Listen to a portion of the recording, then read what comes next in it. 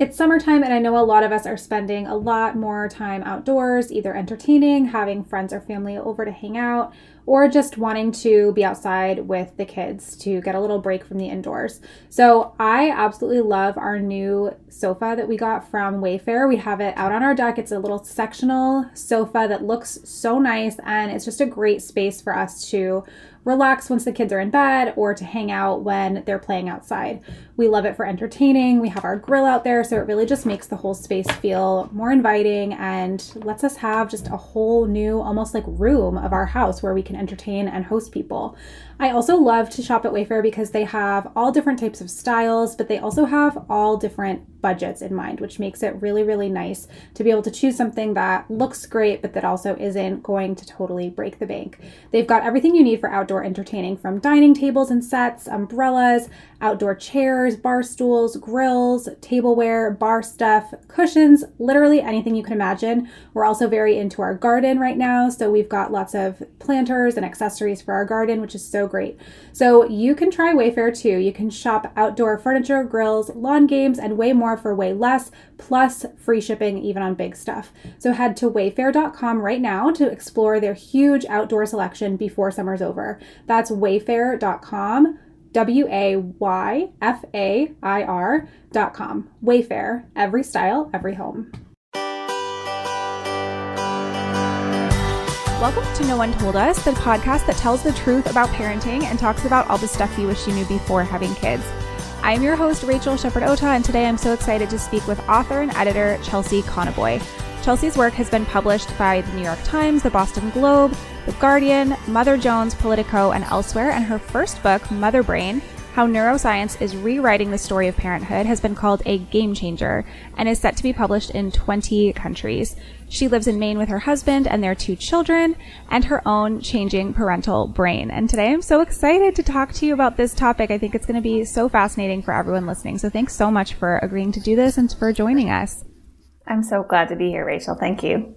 So Chelsea, your book is obviously very science heavy, very research heavy. I'm curious to know about your background and what got you interested in this topic in the first place. Was it just becoming a mom, or was it other things that led up to that? Yeah, so I was a newspaper reporter for a long time, and specifically I was a health and science writer. What got me interested in it was having my first son 10 years ago now, and because of my background in journalism, because I had a real comfort in exploring the science literature, when I started to experience the dramatic turmoil of brand new parenthood, I went looking for answers that could explain why I was feeling the way I was. And I started digging into the research and really found that it helped me a lot, which I can talk about, but also I just kind of got hooked and kept digging and kept asking, well, what does the science say? And then also why didn't I know it already? I mean, that's what we're doing on this podcast. Why didn't I know this before? Yes. And, you challenge in the book so many of our cultural assumptions, kind of societal norms. So I would love to hear what kind of was one of the main things that sticks out to you as something that maybe you learned that you didn't think about before when you were writing. Gosh, there are so many things. But just starting with the really most basic one is that the brain changes in ways that last for the rest of your life. And I felt like that really was absent from prenatal education, particularly, again, this was 10 years ago. It's starting to filter into our cultural conversation, but we still have a long way to go. But just that idea, I used a pregnancy tracking app that used a figure of a woman cut off from at the neck, talks about the changes from the neck down, but it doesn't talk about our brains. And we talk a lot about all the flood of hormones that our bodies experience during pregnancy and labor and delivery and lactation and those postpartum months. But all of those hormones also act on the brain, and we need to be talking about that too. So I just kept meeting with friends in my that first year postpartum and being do you know that your brain changes? I kept saying that over and over again, and that really was I I felt surprised by what I was learning, and I also felt really angry about it because I struggled a lot in my first months as a mom, and I really feel like this information could have helped me to make more sense of it as I was going through it. Yeah, I think sometimes just knowing something is a thing can help so much. I remember with one of my kids, I had DMER, which is dysphoric milk ejection reflux, where you feel like really depressed and sad and anxious when you have a letdown. And I just thought I was going insane because I had never heard of it. And then as soon as I heard that there was actually a term for it, and that other people experienced it, I was like, okay, like I can manage this. And that was it. That was what made all the difference, just that awareness. Yeah, that was what it was for me too. I mean, to know, I experienced just a lot of worry and anxiety in those first months. And I felt like just the fact that I was having all those overwhelming feelings was like a sign that something was wrong with me as a mother, that like I was doing it wrong, or that I was missing something, missing the maternal instinct, which I'm sure we'll get into, that like would carry me through those months. And then learning instead that actually like my brain was going through these traumatic changes, that at least some amount of that worry was part of this adaptation of my path of growing into parenthood. And it was interesting when I first wrote about this topic for the Boston Globe Sunday magazine. And when I was interviewing doctors for the story at that time about like, why isn't this already part of the prenatal conversations? One of the things I heard then was like, there's nothing for us to do with this information. Like there's no test or treatment that we can give to help people understand how it's going to go for them. And this was exactly my point then. Like just the information matters a lot. We deserve to know what's happening with our bodies and with our minds. Absolutely. You do hear the term mom brain. I'm putting that in air quotes. And I know you've written about how you really dislike that term and how it can actually be really harmful to use that term. So I think it's like we expect maybe that we'll be forgetful or that our brains are going to feel a little bit sludgy. I remember when I first returned to work when my son was 4 months old, I was teaching. And I used to be like quick, right? I was super competent and like always felt like I knew what I was doing. And I was in a meeting with my principal and our counselor, and they were used to me being that way. And I just was staring at my computer screen like, what are we doing? And they looked at me frightened. They were like, what happened to you? Like, are you okay? And so I guess some of us are maybe prepared for moments like that where we just feel kind of out of it. But what else is there other than just that forgetfulness, those like cliches of the mom brain? Yes, and those cliches come from someplace real, right? Like many of us experience those moments where we feel forgetful and frazzled, whether during pregnancy or postpartum. And we could have a whole conversation about where those are coming from. There's some indication that it's coming from brain changes, but we really also don't have like enough research on just things like sleep and the mental load, like how many more things you're grappling with in terms of demands on your cognition. And so like that is real. It's just the problem is that's like been the whole story to date, like that. And it's really just one small part of this much bigger story of transformation. That other story is really powerful. It's powerful in like showing all of the ways that we grow into this role. And it's also powerful because it shows like the real struggles that come along with it, the real costs, and that we should be like grappling with those costs. Okay. Yes. We are going to take a quick break. We're going to talk all about like the ins and outs of those brain changes, and we will be right back.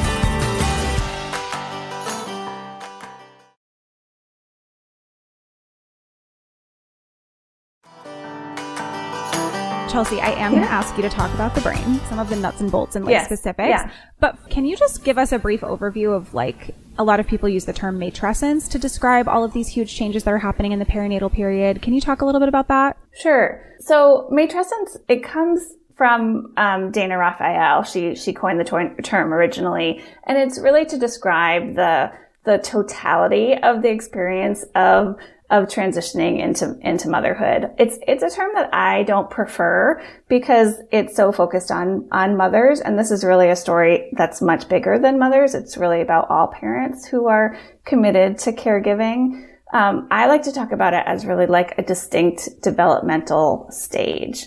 So we tend to talk to mothers as if this is a role that they're just made for, that they are born ready to perform, but it's really something that we grow into. And that's also true for fathers and other non-gestational parents. So I think of it as a distinct developmental stage. That's also what the science is starting to say, that is akin to adolescence, where our brains are going through these dramatic changes. Our lifestyle is changing really dramatically. Our sense of ourselves and the choices that we're making in our lives all have to shift to accommodate that.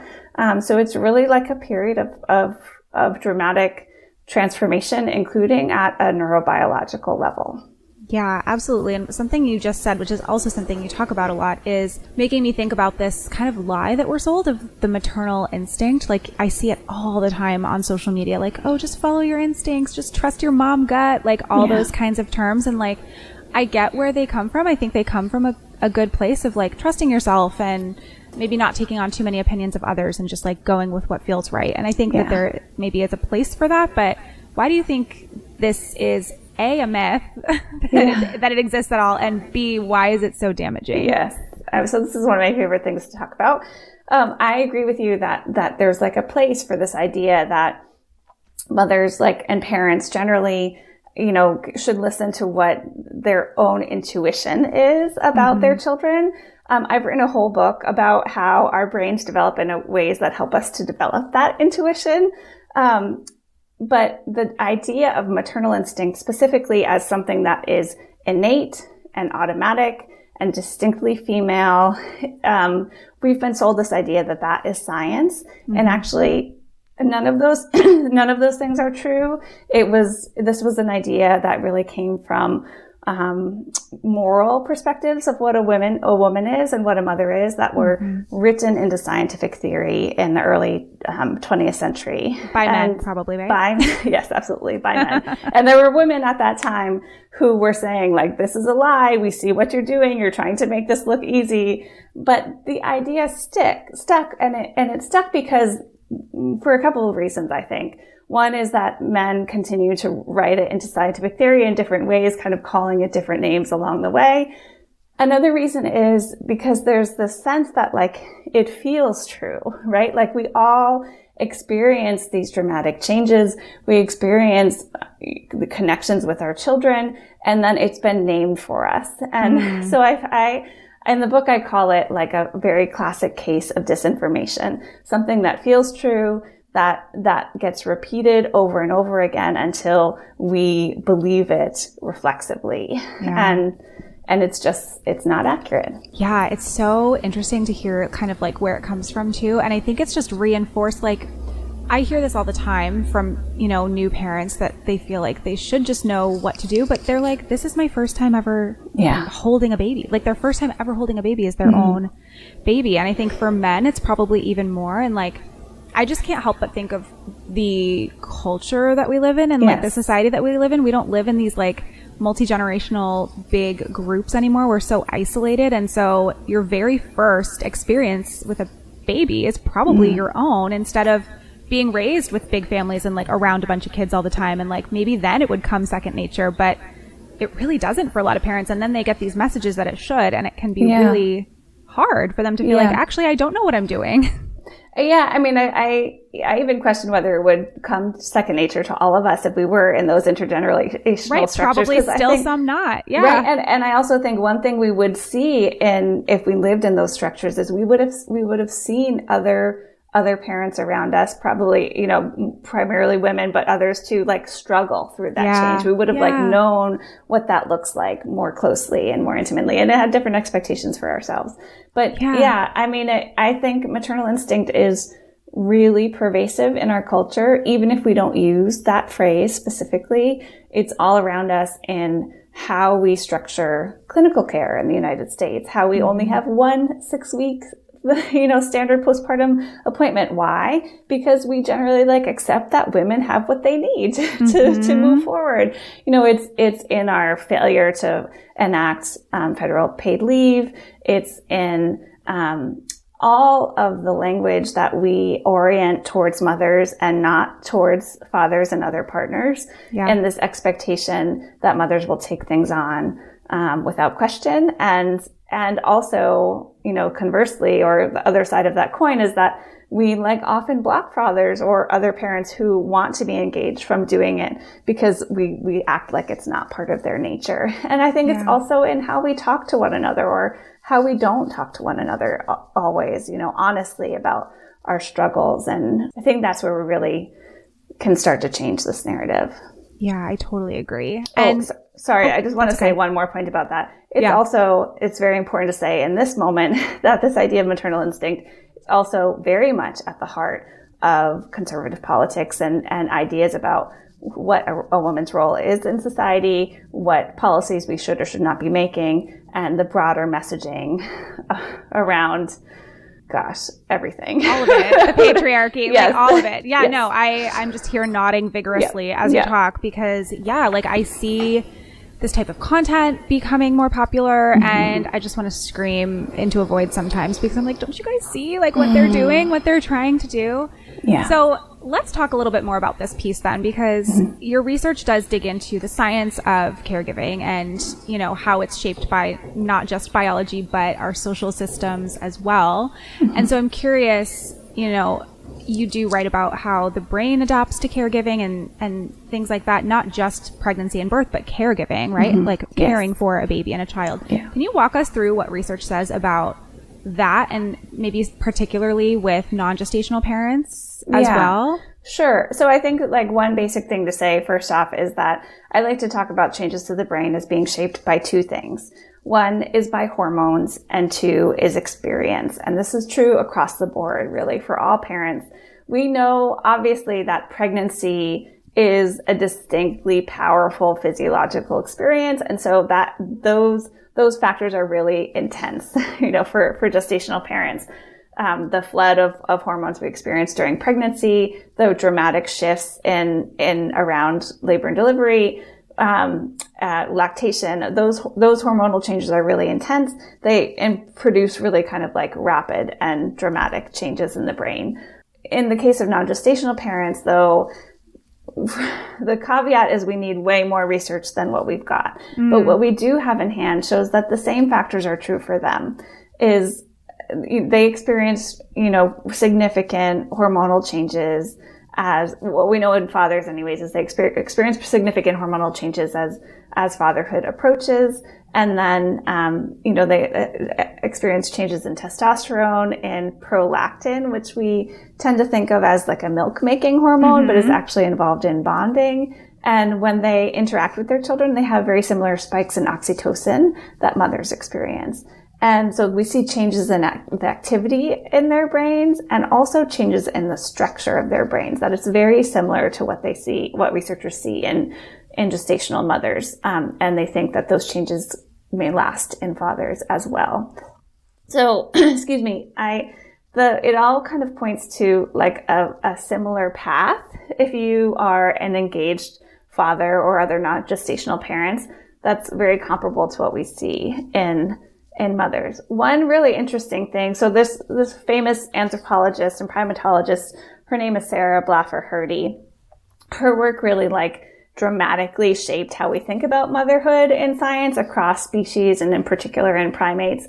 She just wrote a book about fatherhood last year and she coined this term TIP, which is time in proximity, which is this idea that for fathers and other non-gestational parents, you have to do the work, right? You have to have time in proximity to your baby. And that is because the second part of the changes I talked about is experience.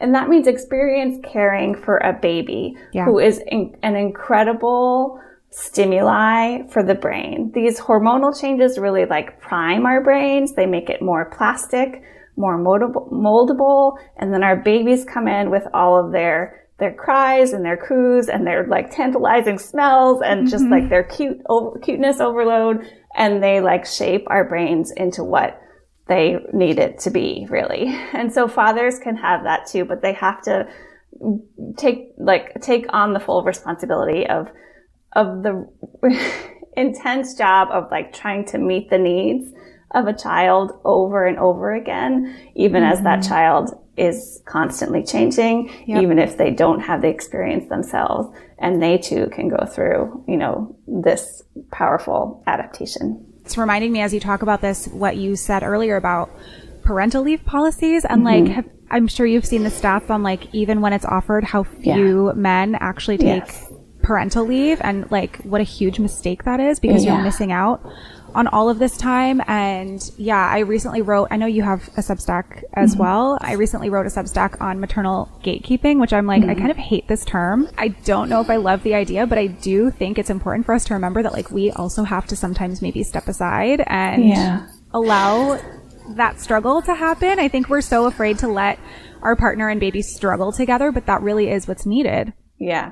It's interesting. Maternal gatekeeping is a tricky word for me too. I like think it's useful in that like, I think it's real, but I don't think it necessarily like falls on individual mothers necessarily to fix that. Like it is a problem because we have been told we should be able to do all this stuff by ourselves, and because we have none of the infrastructure to help us be in equal partnerships when it comes to parenthood. Exactly. Well, and it's also, it comes back to the maternal instinct. It's like, well, the baby's easier for you. The baby just wants you. Like, it's all these things just kind of continually reinforce that like, we're just better at it, or we're just more competent, or we should just be doing it. And like none of those things are true. So I love that you talk about this.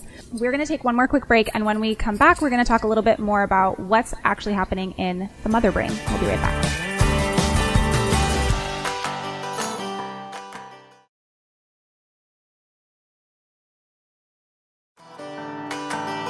I would love to now kind of talk, not in too much detail because people can just read the book if they want all the detail, but what are some of the key or maybe most surprising findings that are happening that you found in the mother's brain, in the birthing person's brain? What are those neurological changes that are occurring pregnancy, postpartum, and then how do they show up like in day-to-day life? So the just sort of general trajectory, first off, and again, like I can say this caveat, or you can, like we are, the science is young, right? So we have much more to learn, but I generally try to talk about like this trajectory of like heightened activity in regions of the brain that are involved in attention. So babies really capture our attention in a very intense way, and regions of the brain that are involved in motivation and meaning making, and there's a lot of activity in those brain regions that really like is about making us go back again and again to try to meet our child's needs. And so there's a really intense period in those early postpartum months. And then it's thought that kind of evens out, and that there's changes instead, over time in our social cognition.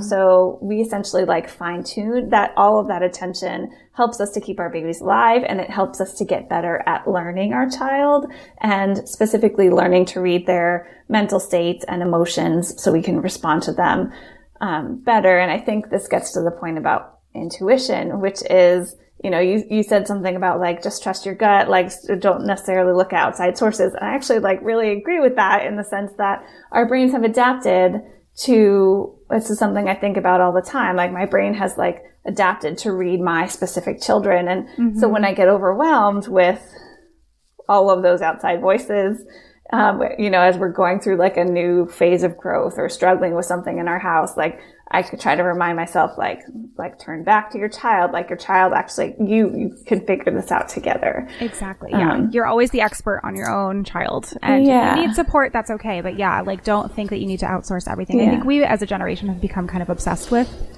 that in a way that's probably not healthy, because it takes away that beautiful part of like getting to know what suits them and what makes them happy and what, you know, triggers them, and learning their little language. It's so funny because I was just with my sisters, and I have a 2.5-year-old, and she was just, you know, she's yapping a mile a minute, and they're like, how do you understand what she's saying?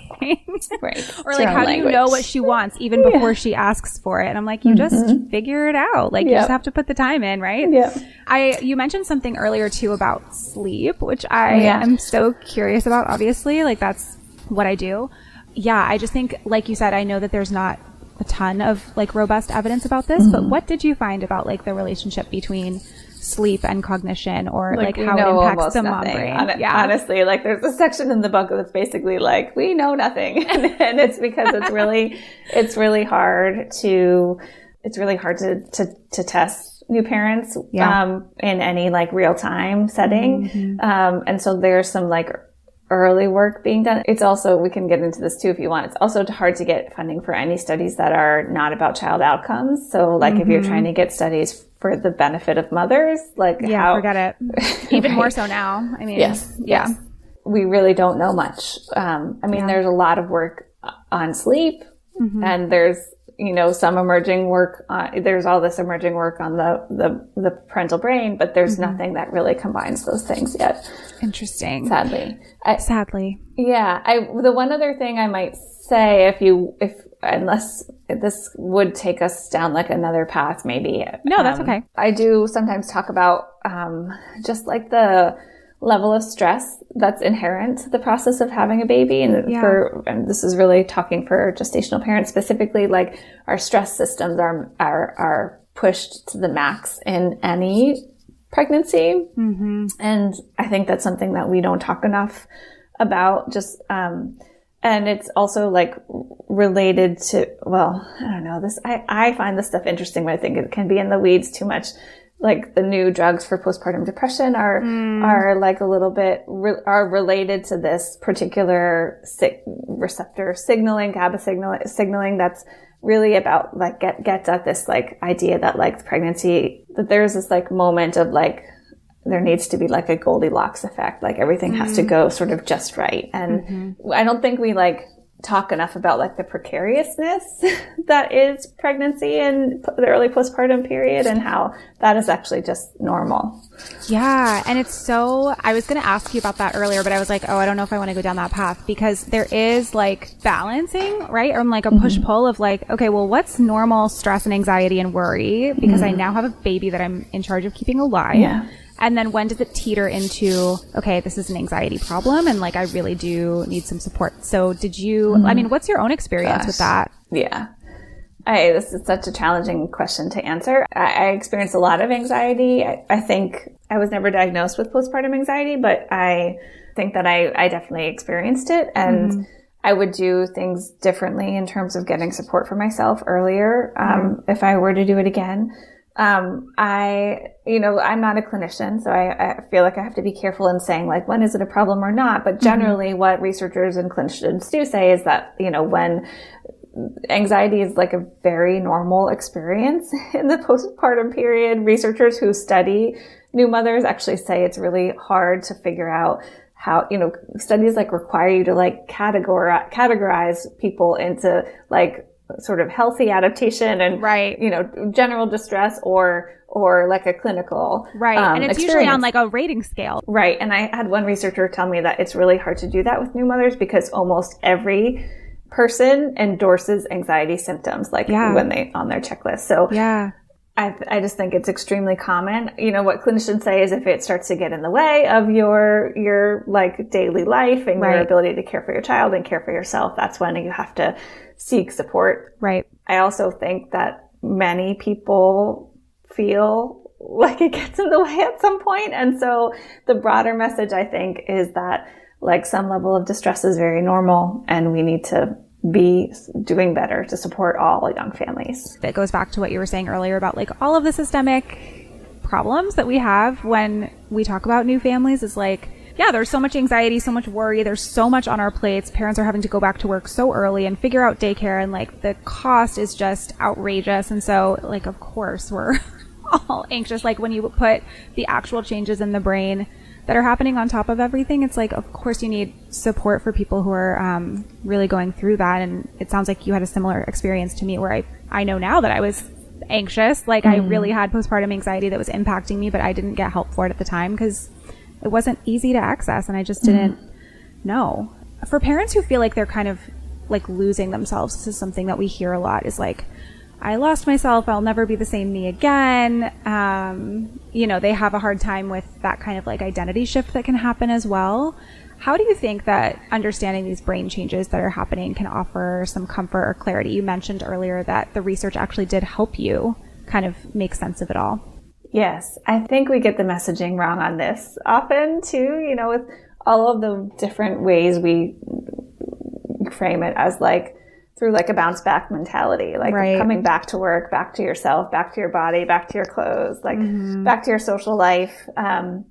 And I have really just come to see it truly as, you know, a distinct developmental stage of life. You are moving through this to something else on the other side. You're not going back. And that, you know, there are like real costs to this, and denying that, you know, or failing to talk about that isn't helpful. It also is important, I think, to talk about what you gain along the way. We have so little research into the parental brain. We only have like those first months postpartum, a little bit in those first years postpartum, and then like a little bit at the other end of life. That's like looking at the brains of much older people who have had children or haven't had children. There's like a whole middle part of that is we don't know that much about like how parenthood shapes our brain over time. And I'm really interested in that because I also see in myself in like tiny parts of the research and in like my community of parents, all sorts of glimmers of things that I think are related, like shifts in creativity, shifts in priorities, changes in how we relate to one another, all those changes in our social cognition that's helping us to like read and understand our children. Like, how is that shaping our relationships with our partners, with our extended family, with our community, with our sense of our place in the world? I know a lot of people, I certainly did, and still do regularly, have like a much deeper response to the events on the news and things that are happening in the world, and particularly to like caregivers in conflict and in our communities who are struggling. So like, why aren't we talking about those things too? And how we have this like whole body of psychology research that's like looking at the brain of gamblers or of like sports psychology or of like C-suite executives. And we don't have that looks at the role of parents and how we can understand our brains and the way they shape our world. And I think we need that. We absolutely do. This has been such a fascinating conversation. It's such a fascinating book. I appreciate you so much for writing it and for being so vocal about the systemic changes that are needed to support parents as well. I think that's such a huge, huge piece that a lot of people are not necessarily always brave enough to speak on. So I really appreciate you. My last question is more personal. What is something you wish someone had told you before you became a parent? Be patient with yourself. Mm-hmm. You know, in you know, my children's development, I was talking with an occupational therapist once for one of my children who I was sort of expressing these worries, and she said to me, time takes time, which is like, just that's like so let him grow into this. And I think that is something that's really missing often from our conversation about motherhood, is like, it is a process and that takes time. So be patient.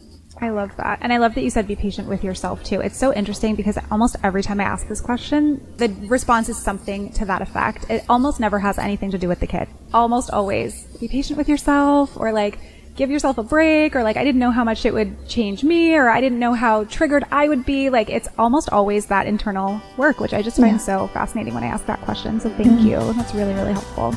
Where can listeners learn more about your work and your book and connect with you? Yes, my website is motherbrainbook.com, and I have a Substack called Between Us.